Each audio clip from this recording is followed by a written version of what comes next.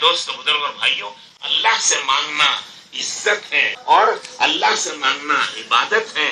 اللہ سے مانگنے کے لیے اللہ نے ہمیں پیدا کیا ہے، وہ طریقہ ہمارے پاس ہے، دنیا کی کسی قوم کے پاس نہیں۔ اللہ تو بڑے سخی ہیں، وہ داتا ہیں، وہ جواد و کریم ہیں، وہ بخشنے والے، وہ دینے والے، وہ عطا کرنے والے، وہ بخشش کرنے والے، وہ سب کچھ کرنے والے ہیں۔ ہم نے ان کو پہچانا نہیں، ہم نے لینے کا طریقہ نہیں سیکھا ہے۔ کھیتوں سے لینا ہم جانتے ہیں، زمینوں سے لینا ہم جانتے ہیں، دکانوں سے نفع لینا جانتے ہیں، اللہ کے خزانوں سے نفع لینا نہیں جانتے۔ حضور اکرم صلی اللہ علیہ وسلم کو بھوک لگی، حضرت گھر میں گئے، حضرت عائشہ سے پوچھا کھانے کو کچھ ہے؟ تو حضرت عائشہ رضی اللہ تعالیٰ عنہ نے کہا یا رسول اللہ فاقہ ہے، کچھ نہیں ہے۔ تو کسی سے نہیں مانگا۔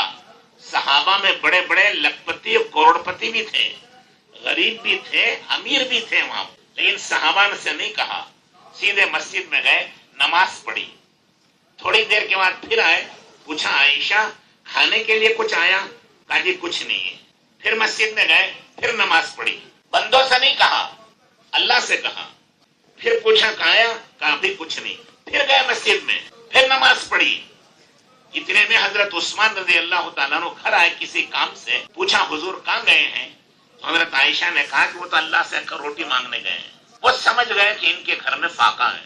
وہ گھر گئے، سونا چاندی چربی گھی روٹی دنیا بھر کا غلہ کھجور لا کے گھر میں موٹا بنا کر بوری ڈال دی، اور رو رو کر کے کہا کہ اگر ہمارا مال آپ کے کام نہیں آئے گا تو کس کے کام آئے گا؟ یہ حضور نے مانگا نہیں، حضور نماز پڑھ رہے مسجد میں۔ واپس آئے، پوچھا عائشہ اب کچھ کھانے کا انتظام ہوا ہے؟ کہا یا رسول اللہ، اللہ آپ کو بھوکا کب رکھیں گے؟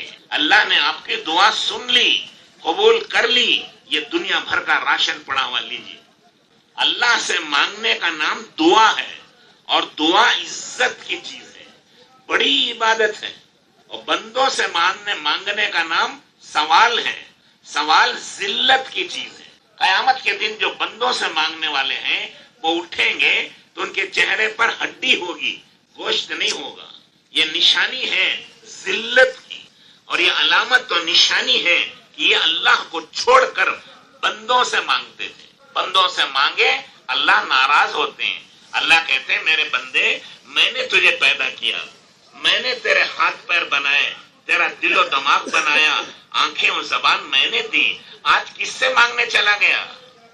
ارے زندگی میں نے دی، جوانی میں نے دی، طاقت میں نے دی، صحت میں نے دی، اب کس کے پاس جا کے بھیک مانگ رہا ہے؟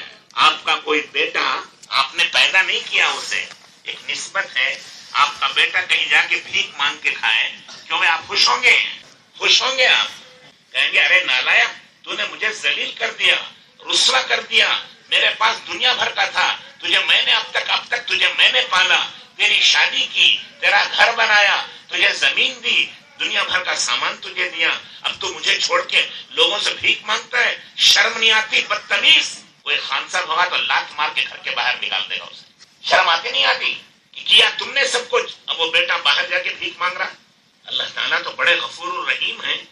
تم نے اپنے بیٹے کے ہاتھ پیر نہیں بنائے تھے، دل و دماغ نہیں بنایا تھا، تم نے اس بچے کو جوانی نہیں دی تھی، صرف ایک نسبت ہے تمہارا کر کے، اور کچھ نہیں ہے۔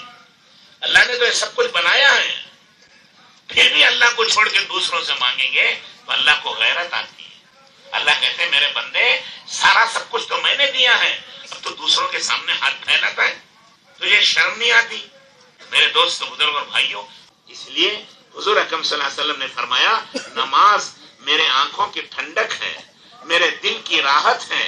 جو نماز کی پابندی کرتے ہیں اللہ کے رسول کی آنکھوں کو ٹھنڈک پہنچاتے ہیں، آپ کے دل کو راحت پہنچاتے ہیں، آپ کو خوش کرتے ہیں۔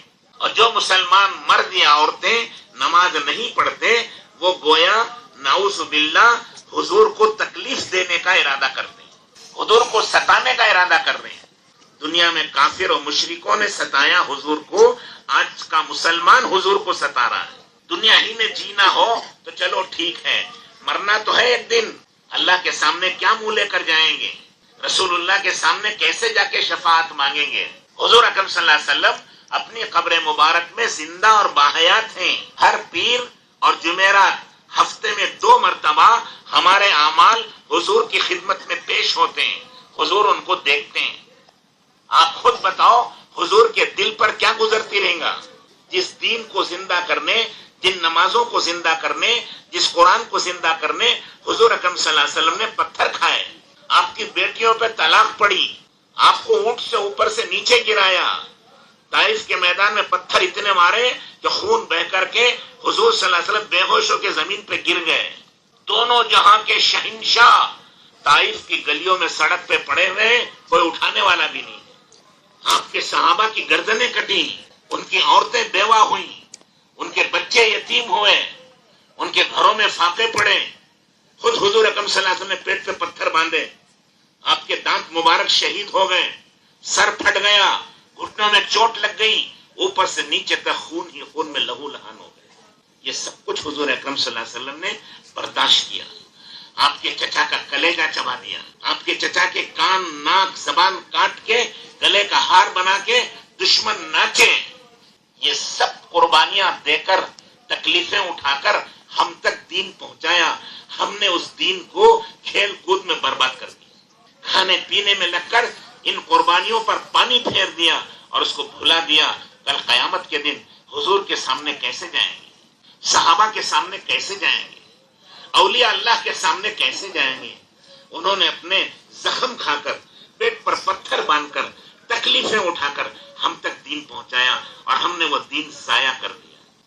میرے دوستو، بڑے فکر کی چیز ہے، خدا نہ خواستہ موت کا جھٹکا لگ گیا تو پھر وہاں کوئی ساتھ نہیں دیتا، نہ بھائی بہن ساتھ دیتے، نہ بیوی بچے ساتھ دیتے، نہ کھیت و دکان ساتھ دیتے، نہ مال و دولت کام آتی ہے۔ کام آنے والا وہ ایمان و عمل ہے، اس سے اللہ تعالیٰ راضی و خوش ہو کے مغفرت کریں گے۔ حضور اکرم صلی اللہ علیہ وسلم اسے اپنے ساتھ جنت میں لے جائیں گے۔ ان کو راضی کرنا سب سے پہلا کام ہے۔ ہم دنیا میں صرف زندگی گزارنے نہیں آئے، زندگی سنوارنے آئے ہیں، زندگی بنانے آئے ہیں۔ صرف زندگی تو ایک کتا بھی گزارتا ہے، ایک سانپ بھی زندگی گزارتا ہے، ایک بچھو بھی زندگی گزارتا ہے۔ وہ زندگی زندگی نہیں ہے، وہ گندگی ہے۔ وہ زندگی کیا ہے؟ وہ گندگی ہے، وہ زندگی نہیں۔ زندگی بنتی ہے بندگی سے۔ بندگی کے معنی عبادت سے۔ عبادت کے معنی اللہ کا حکم پر چلنے سے، اللہ کے رسول پاک صلی اللہ علیہ وسلم کی سنت پر عمل کرنے سے وہ عبادت بنتی ہے، وہ بندگی بنتی ہے۔ پھر وہ بندہ اللہ کا ہو کر اللہ کی جنت میں جاتا ہے، اللہ کے نبیوں کے ساتھ رہتا ہے۔ تو جو لوگ اللہ کی اطاعت کرتے ہیں، اللہ کے رسول صلی اللہ علیہ وسلم کی اطاعت و فرما برداری کرتے ہیں، وہ جنت میں نبیوں کے ساتھ رہیں گے، صدیقین، انصار و مہاجرین کے ساتھ رہیں گے، شہیدوں کے ساتھ رہیں گے، اولیاء اللہ کے ساتھ رہیں گے، حضرت محبوب سبحانی رحمت اللہ علیہ کے ساتھ رہیں گے، حضرت خواجہ غریب النواز شیخ معین الدین چشتی رحمت اللہ علیہ اجمیری کے ساتھ رہیں گے، حضرت خواجہ نظام الدین رحمت اللہ علیہ کے ساتھ رہیں گے۔ یہ بڑے بڑے اولیاء اللہ ہیں۔ اولیاء اللہ کس سے بنے؟ اللہ کی اطاعت و فرما برداری سے، رسول اللہ کی اطاعت و فرما برداری سے۔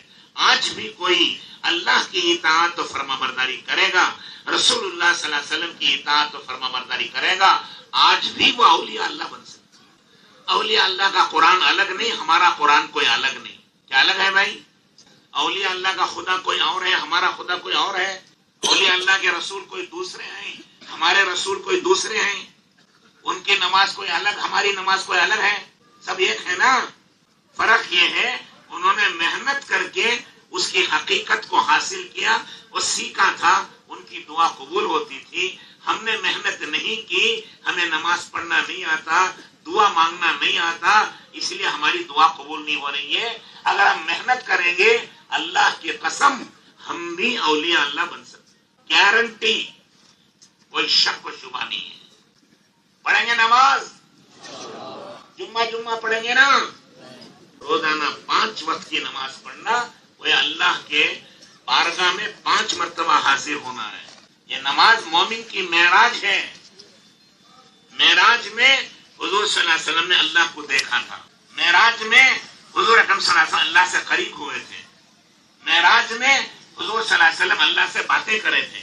اسی طرح نماز میں اللہ سے یہ قریب ہوتا بندہ، نماز میں اللہ سے باتیں کرتا ہے۔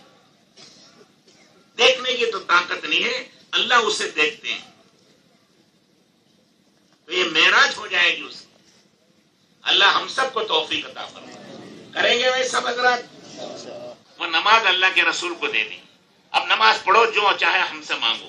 چنانچہ نماز فرض ہوئی تو صحابہ ایسے خوش ہوئے جیسے ایمان پر خوش ہوئے تھے کہ لو بھائی اب تو ہمارا مسئلہ حل ہو گیا.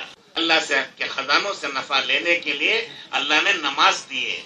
نماز پڑھو، اللہ سے مانگو، اللہ تمہیں اپنے خزانے سے دیں گے.